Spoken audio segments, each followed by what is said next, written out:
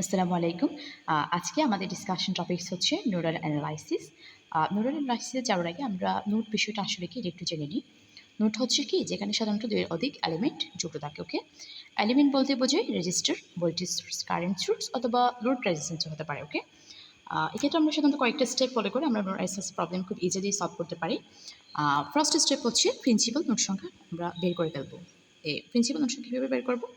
আমরা যদি এই সার্কিটের একটু তাকাই, এখানে বি টু ক্ষেত্রে হয়েছে কি এখানে একটা কারেন্ট সোর্স, একটা রেজিস্টার, তার মানে দুটো রেজিস্টার এবং একটা কারেন্ট সোর্স বি2 ক্ষেত্রে একসাথে অ্যাড হয়েছে। সো এটা একটা প্রিন্সিপাল নোড। আর বি1 এর ক্ষেত্রে যদি আমরা দেখি, এই যে একটা কারেন্ট সোর্স, একটা রেজিস্টার, দুটো রেজিস্টার এবং কারেন্ট সোর্স যুক্ত হয়েছে। বি1 একটা প্রিন্সিপাল নোড। ওকে, আর সেকেন্ড স্টেপ হচ্ছে যে নোডের ভোল্টেজ বের করব তাকে সোর্স হিসেবে কাউন্ট করব এবং একটা আমাদের এটা শুধুমাত্র একটা ডিরেকশন দিব। ওকে, সাপোজ আমি যদি বি1 এর ভোল্টেজটা বের করি তাহলে আমি এটাকে সোর্স হিসেবে বিবেচনা করবো এবং এটা বি1 এর সাপেক্ষে ডিরেকশন দিব। সাপোজ আমি বি1 এর সাপেক্ষে এদিকে একটা ডিরেকশন দিচ্ছি, এদিকে একটা ডিরেকশন দিচ্ছি। ওকে, আই মিন আমার নোড থেকে কারেন্টগুলো বেরিয়ে যাচ্ছে। ওকে, থার্ড স্টেপ হচ্ছে যে নোডের ভোল্টেজ বের করবো তার অপোজিট নোডের ভোল্টেজ শূন্য ধরবো।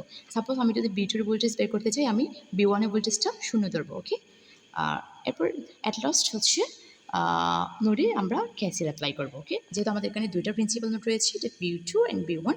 সো আমরা বি2তে একবার ক্যাসেল অ্যাপ্লাই করবো আর বি1 একবার ক্যাসেল অ্যাপ্লাই করবো। ক্যাসেল তো আমরা নিশ্চয়ই সবাই জানি, আউটকামিং আর ইনকামিং কারেন্ট পরস্পর সমান হবে। ওকে, তাহলে আমরা ফার্স্টে বি1 নোটের ক্ষেত্রে ক্যাসেল অ্যাপ্লাই করি।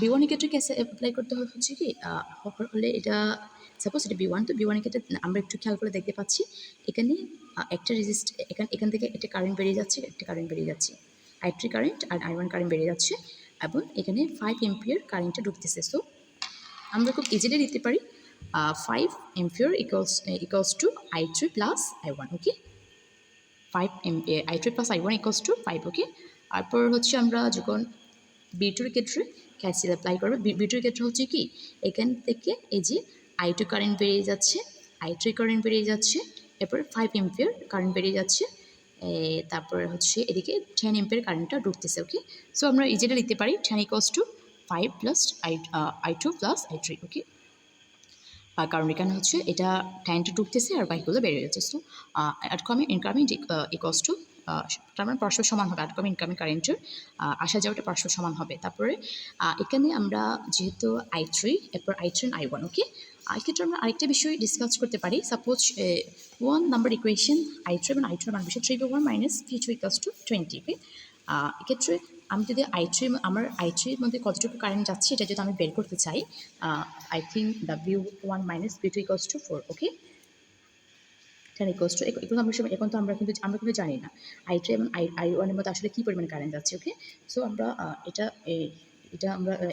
একদম যে সিম্পল বাচ্চাকালের সূত্র i equals to b divided r, এটা দিয়ে আমরা কিন্তু এটা খুব ইজিলি করতে পারি। b1 minus b2 equals to 4 এটা আমরা এই যে i2 এবং একটা সমীকরণের মানটা বসালে আমাদের কিন্তু একটা ভোল্টেজ ফর্মের একটা সমীকরণ চলে আসবে। ওকে, যে এটা ভোল্টেজ ফর্মের এটা সেমভাবে আমরা i2 এবং i3 তারপরে বি2 এর মধ্যে যে কারেন্ট এগুলো আছে এর মধ্যে আসলে রেজিস্টার আসলে কতটুকু কারেন্ট যাচ্ছে। ওকে, আই পেপার পারবো।